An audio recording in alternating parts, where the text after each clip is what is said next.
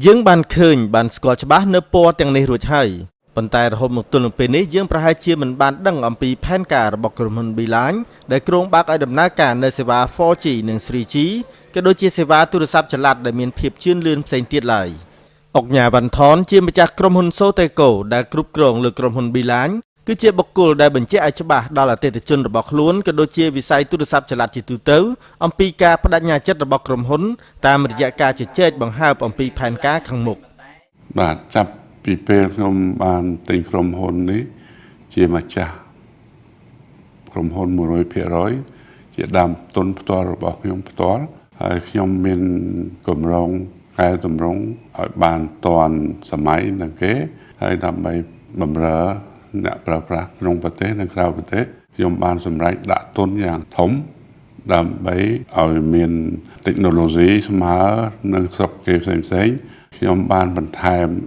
សម្ភារៈហើយក៏បានសញ្ញាខុងត្រាជាមួយអ្នកផ្គត់ផ្គង់ហើយគឺធ្វើ 4G ឬក៏ LTE ព្រមទាំង 3G ដែលសប្តាហ៍ថ្ងៃអ្នកប្រើប្រាស់ត្រូវការយ៉ាងខ្លាំងយោងតាមអុកញ៉ាវ៉ាន់ថនក្រុមហ៊ុន Sotelco បានចុះហត្ថលេខាលើកិច្ចសន្យាព្រមព្រៀងលើការទិញឧបករណ៍ 4G និង 3G ហើយនឹងកំពុងតែបង្ហើយនៅការដាក់ពង្រាយនៅប្រព័ន្ធហេដ្ឋារចនាសម្ព័ន្ធការបើកឲ្យដំណើរការជាផ្លូវការនៅសេវា 4G ក្នុងទីក្រុងភ្នំពេញនិងសេវា 3G ឲ្យបានកាន់តែទូលំទូលាយត្រូវបានបញ្ជាក់ថានឹងធ្វើឡើងនៅត្រីមាសទី4ឆ្នាំនេះហើយ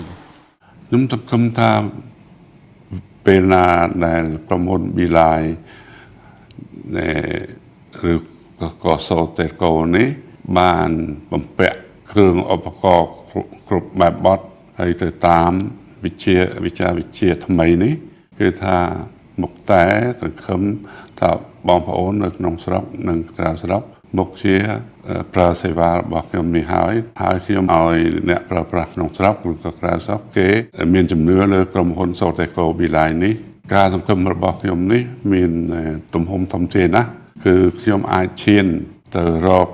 អ្នកប្រើប្រាស់ហ្នឹងឲ្យបានចំនួនសឹងនឹងស្មើអ្នកទី2ទី3ឬក៏ទី1ក្រៅពីការបើកឲ្យដំណើរការនៅសេវា 4G ក្រុមហ៊ុន Beeline នឹងដាក់ចេញនៅយុទ្ធនាការទីផ្សារថ្មីនៅក្នុងរយៈកាលប៉ុន្មានខែខាងមុខនេះពណ៌អត្តសញ្ញាណខ្មៅលឿងនឹងនៅដដែលប៉ុន្តែពាក្យស្លោកនិងគោលដៅទីផ្សារនឹងត្រូវបានផ្លាស់ប្ដូរ